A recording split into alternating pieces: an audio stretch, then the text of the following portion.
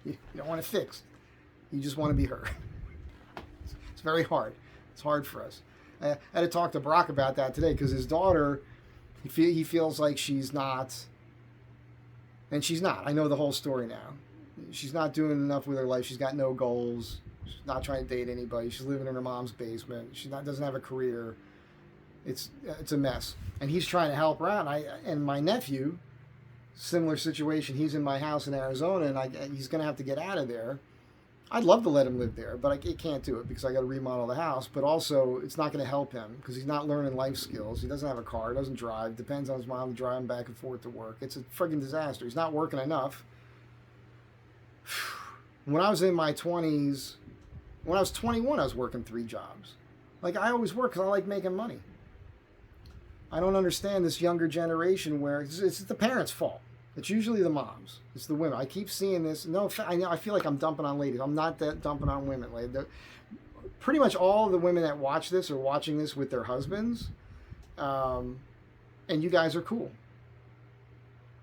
You got a cool dude, and you guys could talk about stuff, and you know what the truth is, and you can laugh about it. It's the single women that are the problem. Wait, I think somebody well-known mentioned this lately. Single women with cats. I think that these are the women that are the problem. I think these are the women I'm talking about. So, because my sister was admitting it yesterday, and I feel bad for her. She feels like she created the issue. And she did, but she didn't know any better. And she didn't have anybody to help her either. So, our mother was a piece of work that made her life much harder than it needed to be. So there's a whole thing there. But I got to go through this process with him where it's a tough love thing, where it's like, I'm kicking you out of this friggin' house because you need to get your own place and figure out how to take care of yourself. It sounds dispassionate in a way. This thing that a lot of people are doing with their children who are adults now, right? 27 years old. If you can't take care of yourself by the time you're 27, your parents deserve to get punched in the mouth because it's their fault that they haven't raised you correctly to be able. I was living alone at 14. When I got out of high school, I went in the Marines. The main reason was because I wanted to know for sure that I was a man. Like, I'm going to go to man school. And I know that when I get through that, I'm a friggin' man. Like, that was my first thing. If I as a goal, I'm going to go be a man, learn how to be a man, become a fucking man. And now I can go out into the world and do whatever I want and have that. I was already kind of confident, but I wasn't fully assured. You know, I had to go do things, and I did them. And that was it. And I didn't want anybody to ever have to take care of me ever again. And my dad helped me a lot through high school when I was living alone. And I never did. I never asked him for anything ever again. Ever. I don't understand the mindset of young people today and parents, where they're like, yeah, live at the house. No, I get it if, like, the kid is working. Like, if you got a kid who's got a job, like, I got friends, they're electricians and they have other good jobs and they're living at home just so they can save all their money in hopes that maybe they'll meet some significant other. And then when that happens, they're on easy street now because they saved all this money. Now they're going to get married. Boom, they can get a house right away and start a life. That's good. But if your kid is just in the basement, not doing anything, not actively pursuing a significant other, doesn't have a career, is working as a busboy or something, or learning how to do fingernails or some crap like that, and they're playing, like I said, video games, they're not going out and mingling and trying to make their life happen, that's a friggin' problem, and that's your parents' fault. Parents. I always told my friends with kids, that's coming from the single guy with no kids that he knows about, best thing you could do for your kids is disappoint them on a regular basis. Like, they got to learn how to deal with disappointment. Somebody's got to teach them what disappointment is. You got to disappoint them and teach them how to take a punch. One good shot to the kisser every once in a while. It's like, it'll work wonders. I love when I say that because I crack myself up with it. Anyhow, that's a whole friggin' thing I got to deal with in Arizona. Brock's dealing with it too, with his ex-wife and his daughter and stuff. So that was interesting. I feel for the guy, but everything's fine. Everybody's good people. Everything's going to work out. So yeah, I'm down to 190 pounds. I want to get under that, but I want to start throwing the weights around a little bit more. This gets to the drinking again because I had a couple drinks this week. I had one last night, and I realized the reason is, and the reason why I was able to stop drinking. So a few years ago, 2.5 years ago or so, I got the call to start working on that house that's around the corner for that friend of mine, Samantha, and with the 2 boys and everything else. And you guys watched me do all that work on that house all by myself, and that was a lot of hard work there. So physically I was beating myself up, and so when I come home, the thing I could do is I could smoke a little bit of grass, and it mellows me out. I could watch a movie or something, sleep great, get up in the morning and go do it again. But if I'm physically beating myself up to where when I come home my back really kind of still hurts and all that, I do all my floor work and my stretching, and I've showed it to you before. It looks graphic in a way, but I can grab my heels and straighten my legs out, and I do all these wild stretches that help me out. But what I end up doing sometimes, if I'm just aching too much, is I'll have a drink. And so for those 2 years of working on that house, drinking became almost a nightly thing. It wasn't every night, but it certainly seemed like it. So every night having a drink, and between that and being at her house with the kids with junk food, and she's always letting me eat everything that's laying around, I got pudgy, man. You know, walking around at well over 200 pounds, it's not healthy. The lighter you are, the healthier you are. I mean, unless you're freaking anorexic, obviously. I got to say that because somebody's going to go, what if you're an anorexic? Stop with that, those people. And get rid of a couple of your cats, you people. It's just so funny sometimes with the comments. So, yeah, you should be lighter. You're eating too much food. Everybody's eating too much food. I've been able to cut the weight because I'm eating less food. And I'm eating healthier. And I'm staying away from junk food. But I get nervous about the alcohol because that's the thing, too, that can add some weight. Now, if I just keep it to one medium size, it's not that bad. But if you're doing it every night, I don't think that that's good for you. So I feel bad that I've had a few drinks this past week, but the only reason for it, again, was just I'm just beat up, man. So when this job is done, so the end of this week, it'll be all painted out, and then the following week, I'll get the tin on.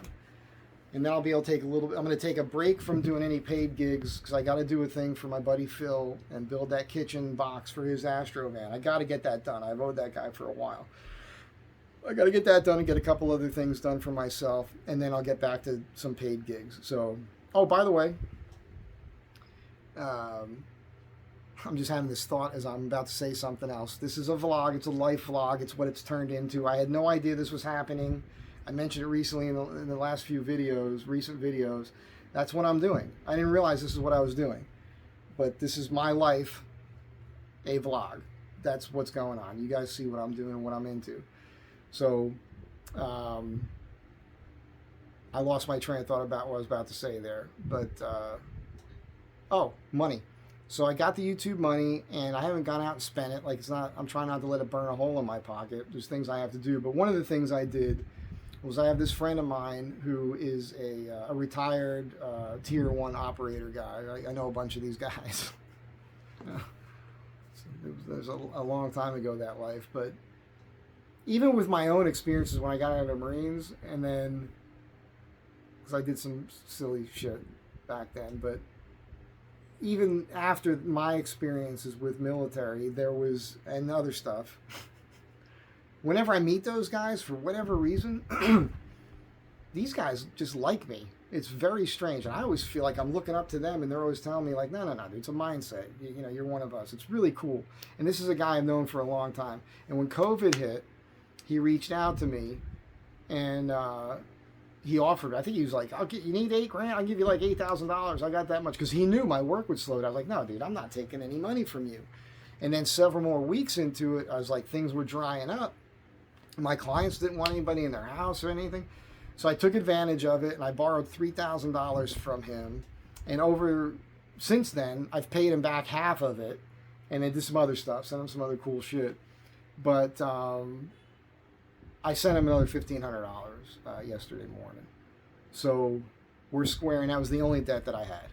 So I have zero debt at this point, and that feels so good. I could have paid him back sooner, but the last few years, it was like whenever I got ahead a little bit, like where I'd have a chunk, it was usually my sister or my niece or somebody, like I was talking to them and they needed help, so I'd send them a few bucks. And so that was the reason why it kept hurting me, for being able to pay him back. And he never asked for it. It wasn't on my case about it at all. So I'm super stoked that that's over with. Because I haven't really talked to him since all that too, and I think that might have been part of it. Just being embarrassed that I wasn't able to just pay him back right away. So anyhow, that feels good as a grown person. You want to pay your debts, man. Always pay your debts. So that was a good thing. And we'll see where else that goes now. Now, yesterday, and one of the things I wanted to talk to Brock about, and it didn't help because he's never done psychedelics, was I've tried psychedelics over the years. I want to have that experience of tripping just because. A lot of people grow from it. Something a lot of you guys might not know or might not realize, but a lot of the people that you know that are household names, that are uber rich people, have done a lot even for society or just entertainment, have done a lot of LSD, man. Like they did a lot of tripping. And if you get into an in-depth conversation with them, a lot of them will tell you that they got messages from that in their brain telling them to do certain things. Now, there's people like Nikola Tesla and Einstein, Joan of Arc, people like this who things came to them in a dream. Things come to me in dreams all the time. A lot of the solutions for things I'm working on come to me in my dreams. And that's the universe. You are tapping into a universal knowledge and you are open to it and you can communicate with it. That's God. That's what God is, in my opinion. And it's really cool. The shortcut to it is psychedelics. That's a direct channel. And the thing is like I've tried, as a kid I stayed away from it. I'll give you a brief thing on drugs.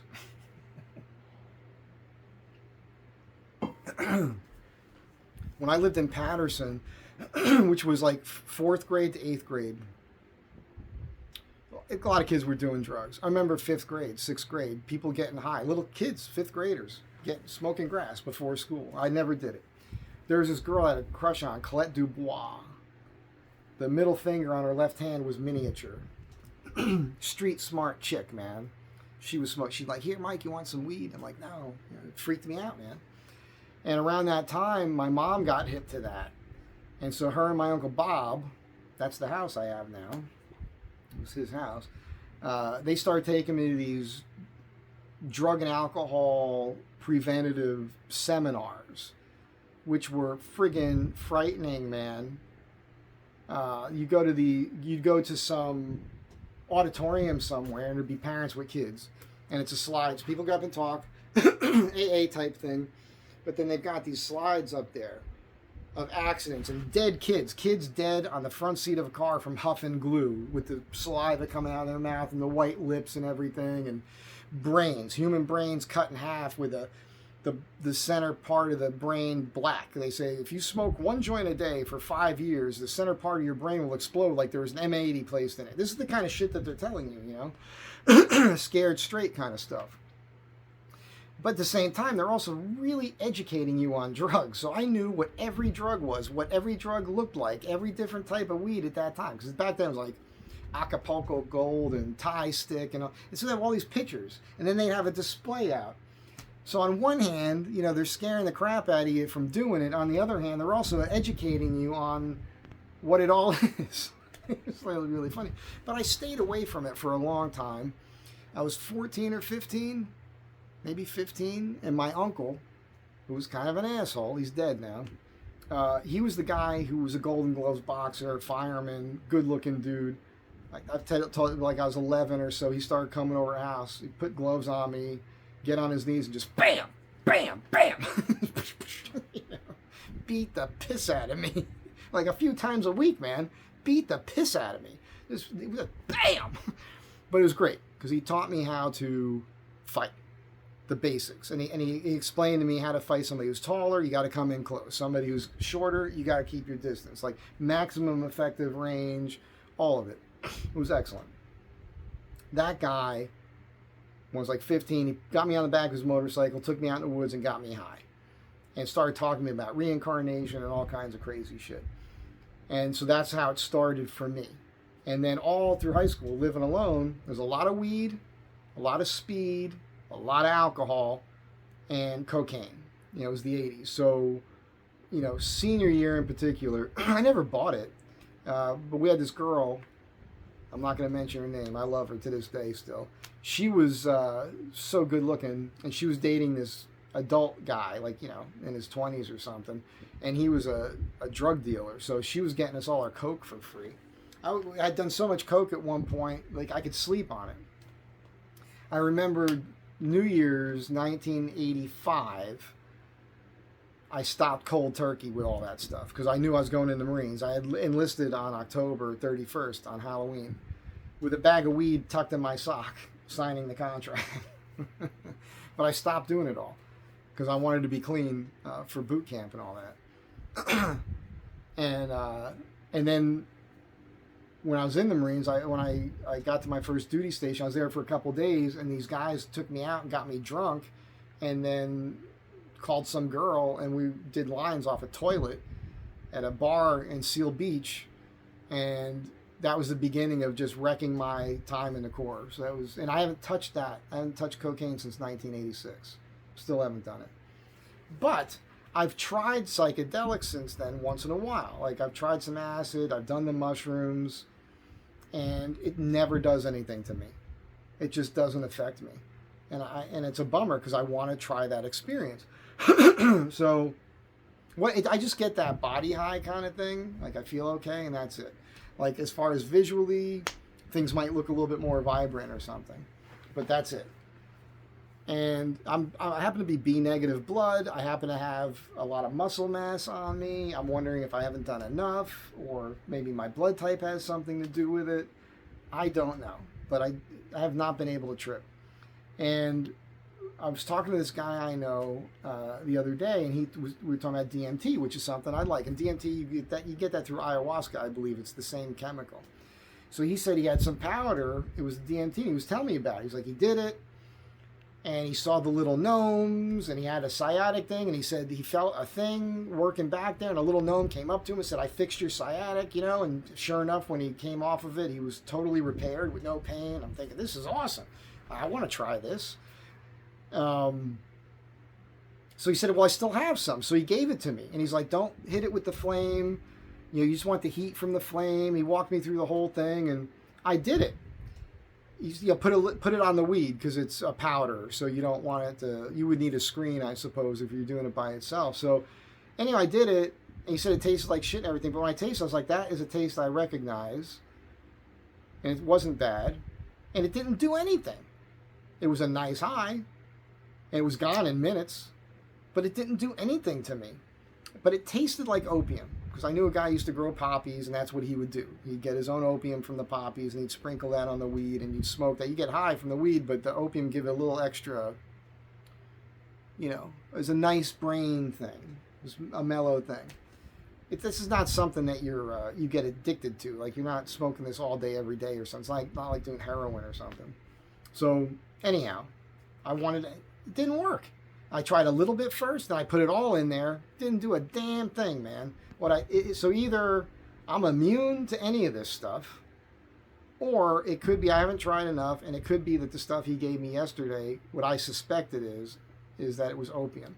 So when I talk to him this week, one day after work, I'll pop over there and I'll talk to him. I'll be like, dude, what's the deal? That wasn't it. Because he might say to me, oh, I might have given you the wrong thing. That's what I hope happens.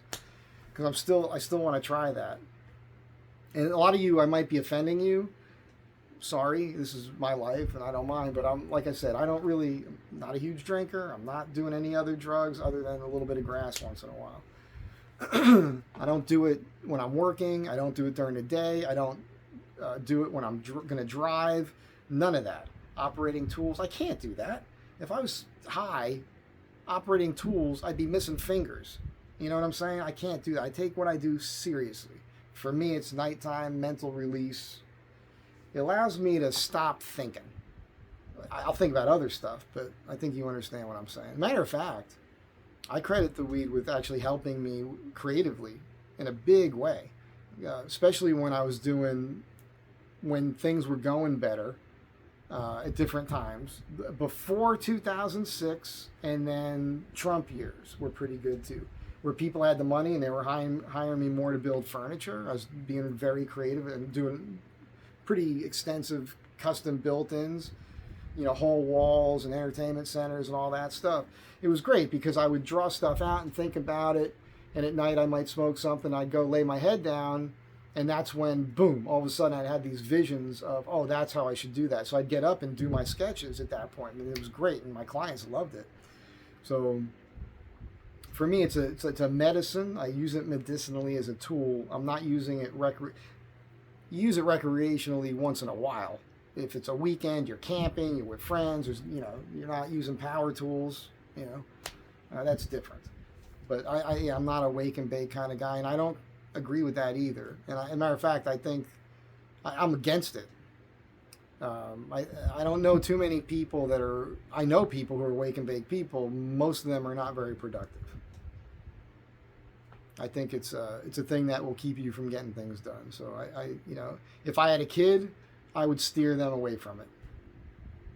And I would also tell the kid the problem with drinking and the problem with smoking grass, and when you're out and you're with your peers, is that when you're inebriated, whether it's one substance or another or a combination of a few, you are not going to make the best choices. So if you were straight and you saw a bunch of drunk people get into a car, you'd be like, I ain't getting in that car. But if you're with your friends and you're all laughing, have a good time, and you're high too, you're getting in that car. And that's how you get dead with the rest of them. So, I always tell that to kids, young people, like, don't do this, There's a time, and it's always better to wait till you're older. Anyhow, that's that. And I wanted to talk to Brock about that, and we ended up talking about the stem cell thing, which I was mentioning earlier. It's pretty amazing how that can help people. And I would like to do it, but it's like, so up here, he was telling me that if they do an injection, it's like 6 to 7 million stem cells that they might inject in your knee or give you an intravenous for an overall thing or whatever it is.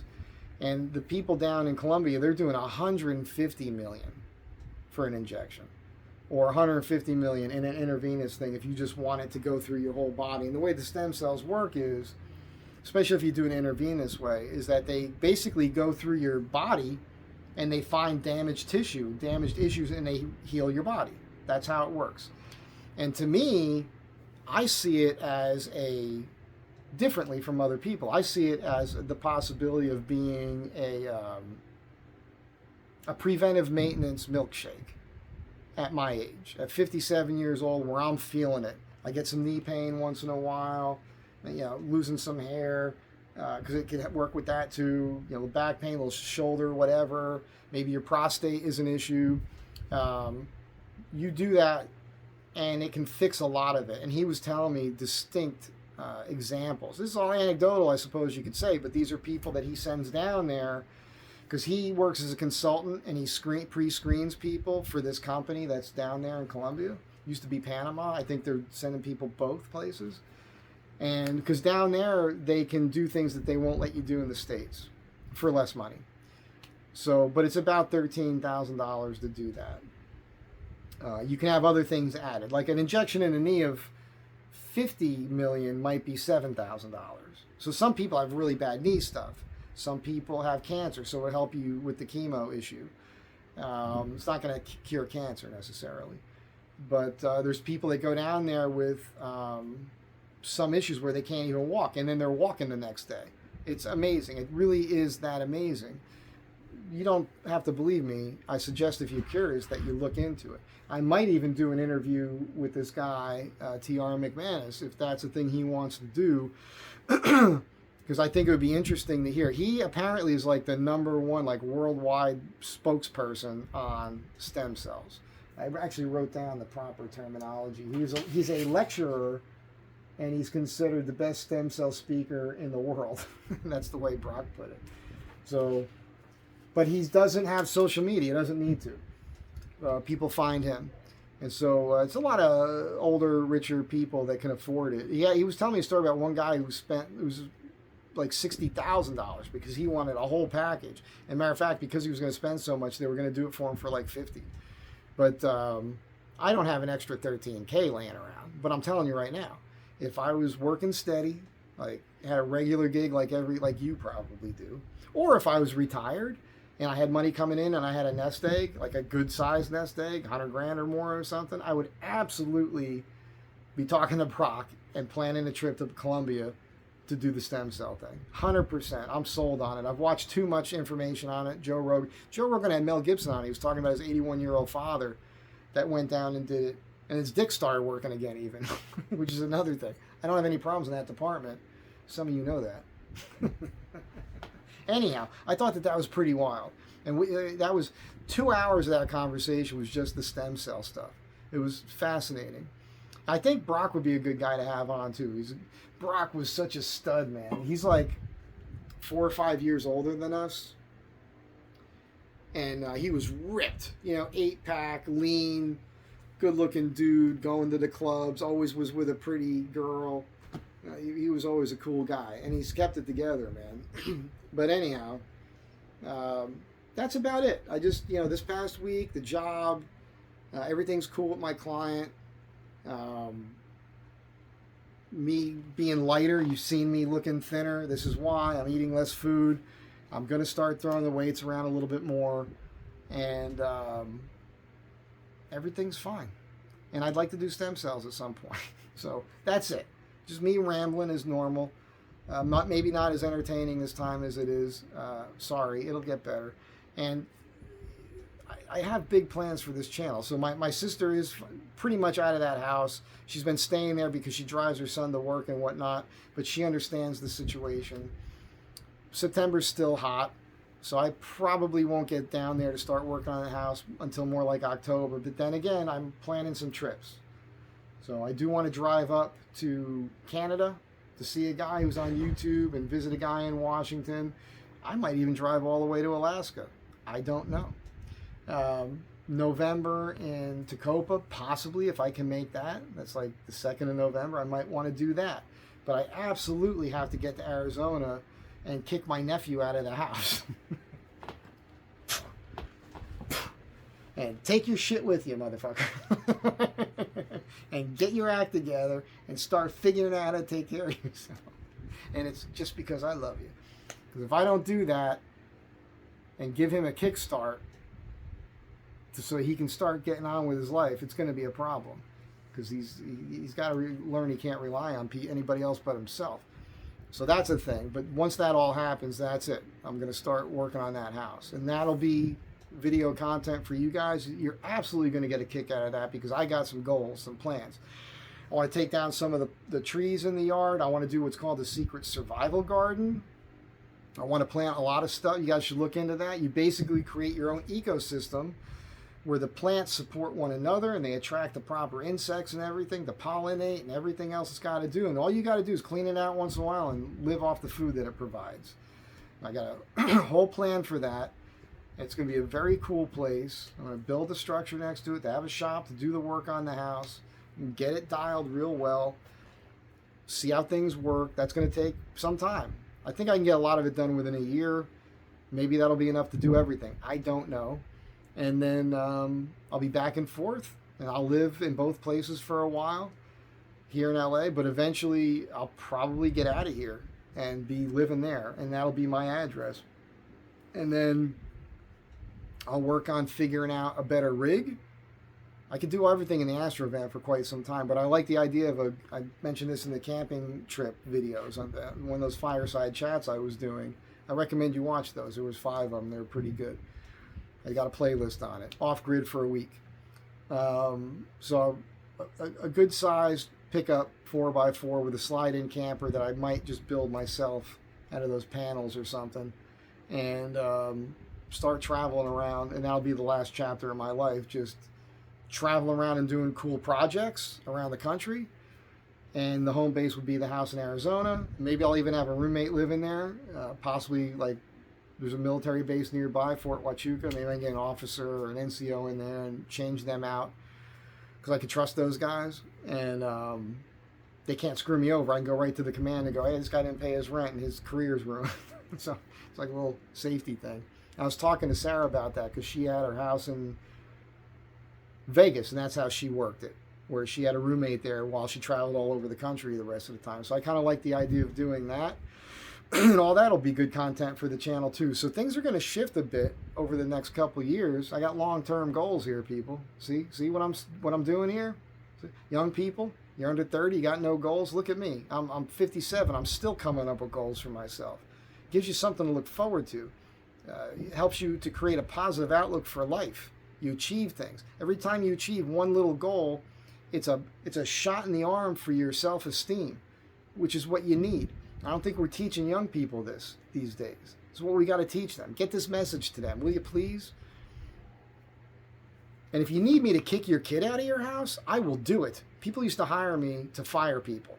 No, I have no problems walking up to somebody and go, you're fired. You're out of here. Get the fuck out. That's why I'm not going to have a problem with my nephew. So if you got a kid in your basement, I will grab them by the breeches and toss them right out of the house. If that's what you need. I got no problems with that. Just take me out to a steak dinner. We'll be golden. Cover the gas if I got to drive there. Or the flight if I got to fly there. But I'll do it. That's it for now. You guys have a good night. Enjoy the rest of your Sunday. Thanks for being here. For you newbies, usually it's better than this. Come back again. Be good to one another. Try your best to help people out. Be kind. All right? And know that you're not perfect. None of us are perfect. We're all going to freak out once in a while, make mistakes. The key is owning it. Own your F-ups. Be honest. Be real with yourself. And everything will work out. You can always apologize. That's it for now. I'll catch you in the next one.